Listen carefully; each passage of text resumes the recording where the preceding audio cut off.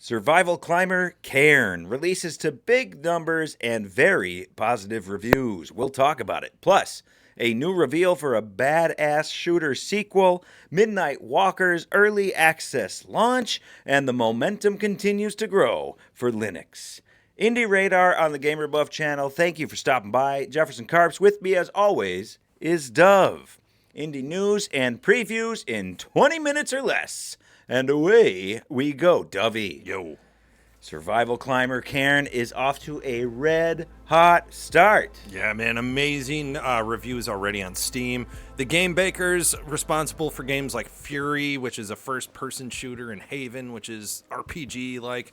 Like, this is just not even in the same vein. They're just showing the gamut, their spectrum of development, and it's showing through because people are really enjoying this. If you like Death Stranding, obviously if you like Peak, this might be a really good game to go to. Very technical, like Gisant, but like I said, more technical and maybe a little more psychological. It definitely has the survival angle where, you know, just like eating while you're dangling up there to regather your strength is something that's, you know, a feat to deal with. You know, like this is something for people who like that control. Every hand, every foot moves individually. You got to lock your grip in. You got a Patone system to worry about, you know, locking your anchors in or otherwise, you know, content creator time because you're going to be dropping to the bottom. The main character's whole plot is to, you know, take down or get to the top of a mountain that has killed every climber who's tried it so far. So, you know, like they got a lot going for it. A good backbone with the plot, a good idea, and a great system that gamers have really responded to so far. Yeah, Cairn, great start. Within, 24 to 48 hours, this thing had, over 1,000, 1,200, 1,300 reviews. Very positive on Steam incredible. at 94%. We covered this months ago. We were looking forward to this game, and Cairn has not disappointed. We recommend you check it out if you haven't yet. If you have, let us hear about it. Gamer Buff channel, let's talk some indie games. What's on your mind? Leave us a comment. And please subscribe for all things indie gaming. Dovey. Yo. Huntdown. Overtime. How about this reveal trailer? Take a look. Dovey, tell us about it. Yeah, well, the prequel to the 2020 masterpiece, Huntdown.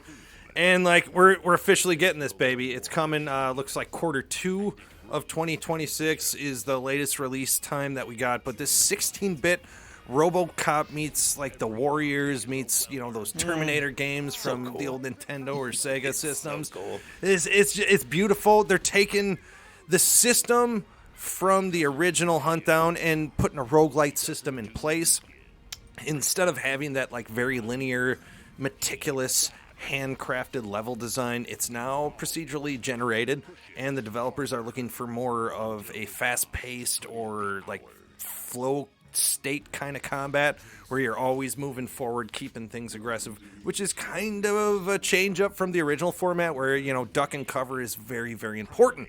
But still, I think this direction they're taking with the roguelite, it's really going to work well with the whole genre, man. Like, it's challenging. You got that with the roguelite, but these 16-bit shooters, yeah, especially this one, just beautiful, man. I love it. It's just like it's such a cool trailer. It shows you the importance of trailers. As a reveal trailer, it's tough to do better than this. It creates the entire story. It tells you what it's all about, and then the visuals, the gameplay. It's all gameplay, really. Yeah, it's a good trailer that and way. it's just it's this muscle bound badass Yeah. who's just killing in overtime. He's got a flame blaster. Flamethrowers, he's got shotguns, he's got it a all, spread baby. like he's running around like he's in Contra, but Yes, it's yeah, it 2026. looks like some Contra movements, totally. Yeah, I Hunt love Down it. Overtime from Easy Trigger Games. Check out the new reveal trailer and wishlist this bad boy tonight. Done. Because it's looking great. And speaking of trailers, watch and react to brand new game trailers and laugh along with the channel here. Stop by the Gamer Buff Theater for Let's Watch Indie Trailers. It's wild game trailers with Doc Adams. Check out the playlist at the Gamer Buff channel this week, Dove. The perfect pencil and more. But the perfect pencil, new Metroidvania just came out yesterday as we're recording. And check out the trailer and check out the playlist at the Gamer Buff channel. Can't wait, man. Dovey, it is launch day, right? This earlier today as we're recording, it is launch day. My friend, it is launch time for zombie extraction shooter, The Midnight Walkers. Yeah, man. Mixed reviews, sadly. But What? kind of a letdown. What But are you we got an Why? early access release. The fans are already letting the developers know what issues are, mainly like bullet sponges for the enemies, the zombies.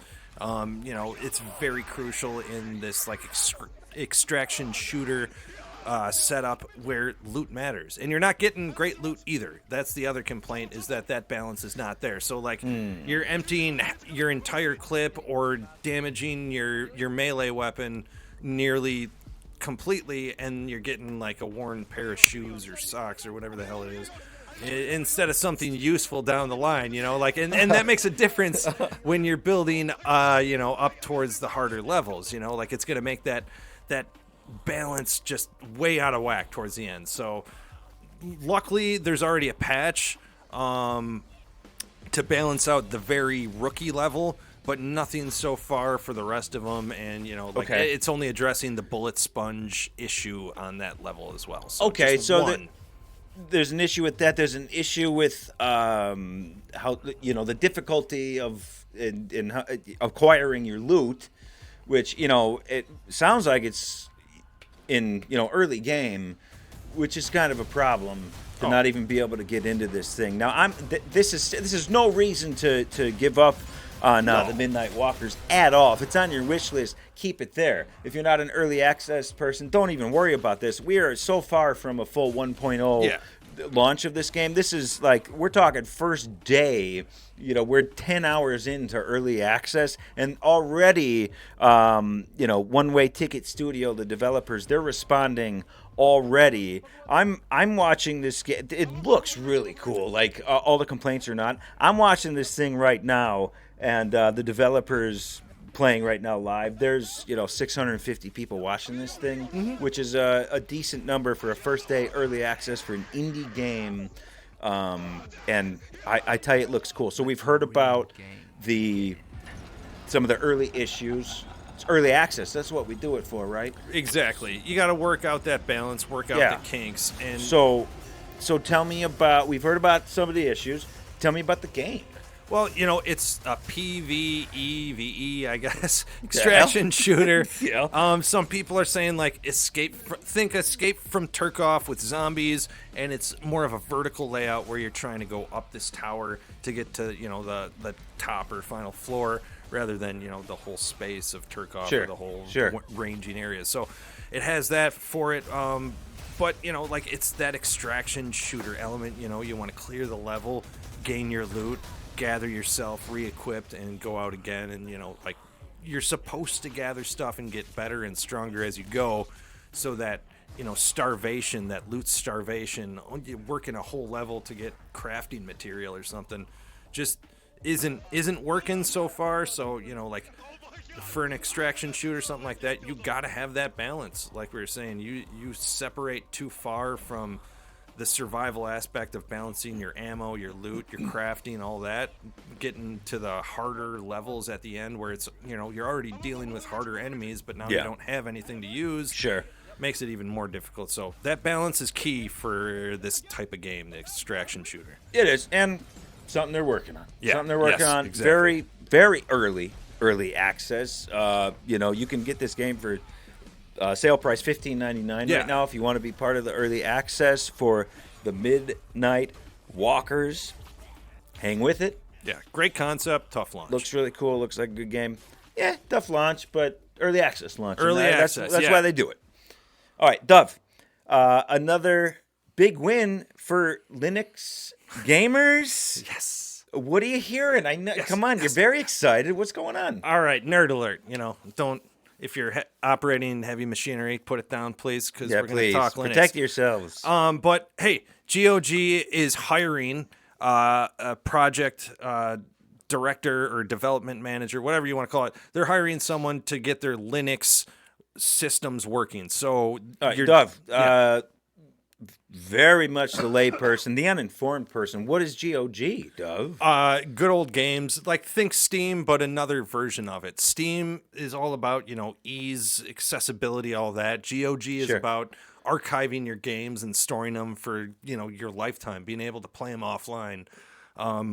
That's pretty cool. Okay, so it's a Steam competitor, basically. Exactly. Okay, all right, go. So Steam has pretty much had, I don't want to say monopoly, but kind of a monopoly, for gaming on Linux recently. You can access other things like Epic and GOG through some, third-party software, Heroic Game Launcher. There's ways to do it, but it's not made from the actual storefront specifically. Like Steam is made by Steam in Linux. That app is good to go. You can use it. Pretty much all games are going to work on there through their, Proton layers and all that to make it work. But when you're working or trying to play your GOG games, you might run into some issues depending upon how you install it and all that. You might have to work through that third-party software, and, cloud saves don't always link up perfectly. Updates don't always work properly. It's just not a smooth process. So it's been a big, seriously, put down the heavy machinery. Stop operating. Yes. So it's been a big, huge issue. Basically, if you're gaming, if you're a Linux gamer, you're not going to GOG. I mean, not unless you know what you're doing. It's a big pain in the ass, and it's unreliable. It can be. What's changing? Well, what's going on is GOG is actually going to make that part of a launcher. So they're going to have their own app. It means that games you buy in GOG, you'll be able to play Linux-friendly through their proprietary app, not a third-party. So they're going to support Linux. Perfectly. They're going to start supporting You're playing on Linux. You're going to be able to play all these games on GOG. Bingo. And that's a big thing, not only for monopoly wise, but also, if you're anti-DRM, things like that, GOG is your place. You want to play this game after the apocalypse, all the servers died down, you'll still be able to play it if, you downloaded everything before. That's all I want to do after the apocalypse. Bingo. What the hell else would you do? I don't know. But you're not going to be you're playing go 2K on a server, I'll tell you that much. Trip? No.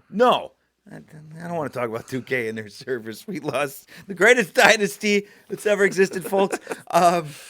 So, all right. So this is, obviously, it's big news. This can only help and will only help GOG. Yeah.